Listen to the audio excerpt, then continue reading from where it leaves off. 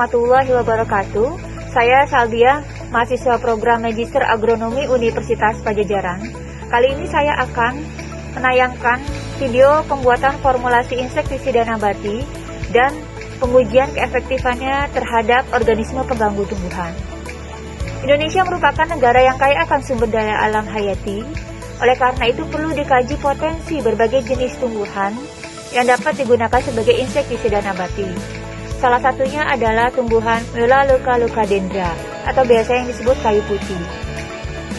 Aroma atau bau pada kayu putih menandakan bahwa kayu putih tersebut mengandung minyak asiri, sehingga kandungan minyak asiri tersebut berpotensi sebagai insektisida nabati.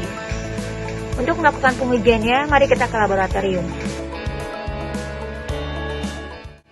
Bahan dan alat yang digunakan: minyak kayu putih, ajupan agristik, air bidestilata, gelas ukur, mikropipet dan mikrocup, tabung Evendop,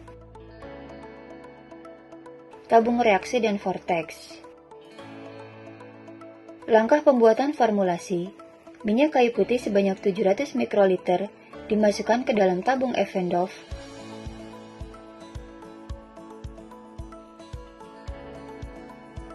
Kemudian, ditambahkan 300 mikroliter ajupan agristik.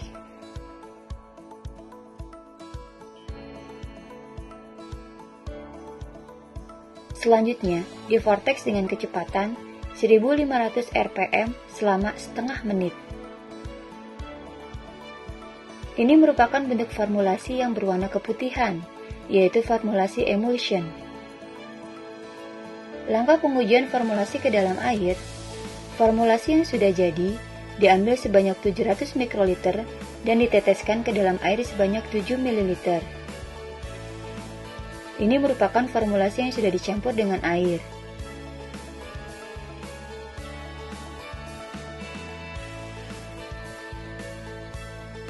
Bahan dan alat yang digunakan: ulat Hongkong, selada segar, konsentrasi insektisida, cawan Petri, dan kuas. Pengujian dilakukan pada 5 perlakuan dan setiap perlakuan diulang 5 kali. Larva yang digunakan pada masing-masing perlakuan yaitu 10 individu. Perlakuan yang diuji yaitu konsentrasi 2%, 1,5%, 1%, 0,5% dan kontrol. Konsentrasi 0,5% didapatkan dengan menambahkan 250 mikroliter formulasi ke dalam 49,75 ml air. Konsentrasi 1% didapatkan dengan menambahkan 500 mikroliter formulasi ke dalam 49,5 ml air. Konsentrasi 1,5% didapatkan dengan menambahkan 750 mikroliter formulasi ke dalam 49,25 ml air. Konsentrasi 2% didapatkan dengan menambahkan 1000 mikroliter formulasi ke dalam 49 ml air. Dan kontrol hanya berisi 50 ml air. Contoh pembuatan konsentrasi 2% didapatkan dengan menambahkan 1000 mikroliter formulasi ke dalam 49 ml air.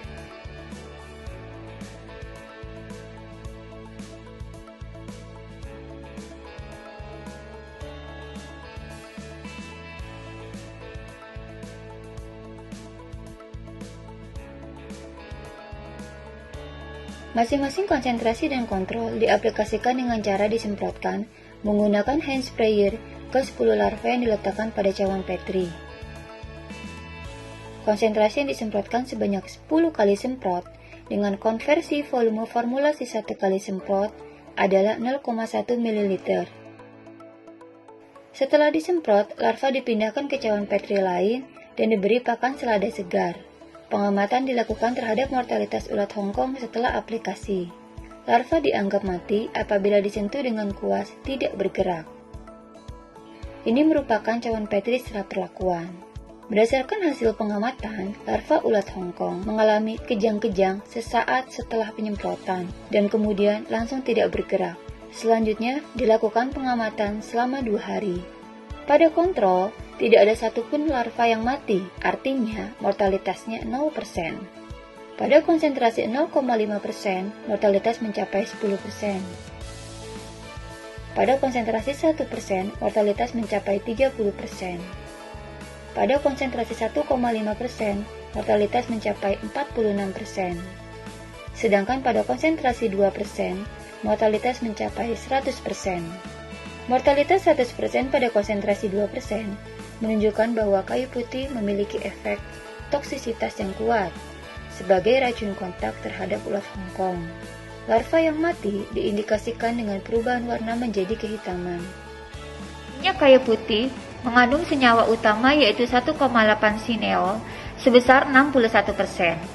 Sineol merupakan eter siklik dengan rumus empiris C10H18O dengan nama sistematis 1,33 trimetil 2-oksabiklo 222-oktan. Struktur molekul dari 1,8 sineol memperlihatkan sistem cincin terpadu, di mana sikloheksana dengan 6 atom karbon dan 2 cincin eter siklis dari 5 atom karbon dan 1 atom oksigen. Sineol menginduksi kelainan morfologi mitokondria.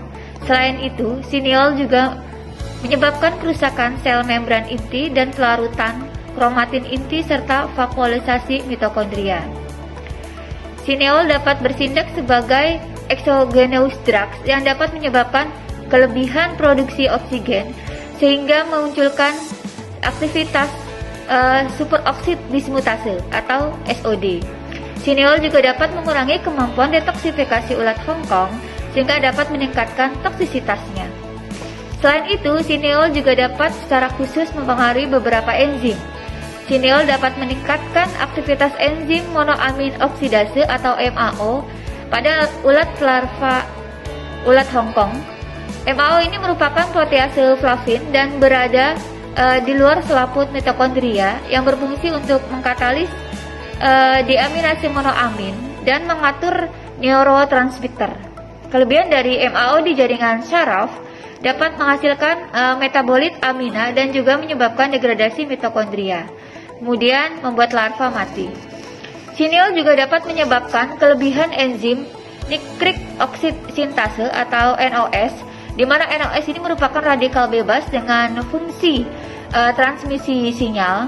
Hal ini terkait dengan kematian sel dari neurosit, pembentukan model proyeksi akson dan kontrol proliferasi sel, sehingga menyebabkan rangsangan saraf secara terus-menerus dan akhirnya larva ulat Hongkong mati.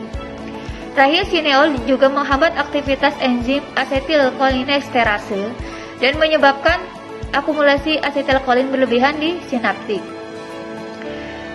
Konsentrasi asetilkolin yang berlebihan di sinaptik dan oksidasi saraf menyebabkan pengikatan ke reseptor yang menyebabkan keracunan, hipereksitabilitas, kemudian tremor, kejang, kelumpuhan, dan akhirnya ulat Hongkong mati.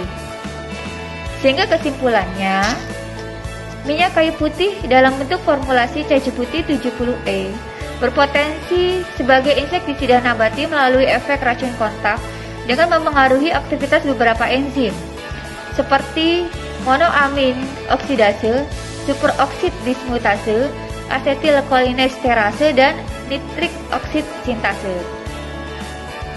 Demikian pembuatan video formulasi cair putih 70E dan pengujian keefektifannya. Terima kasih. Wassalamualaikum warahmatullahi wabarakatuh.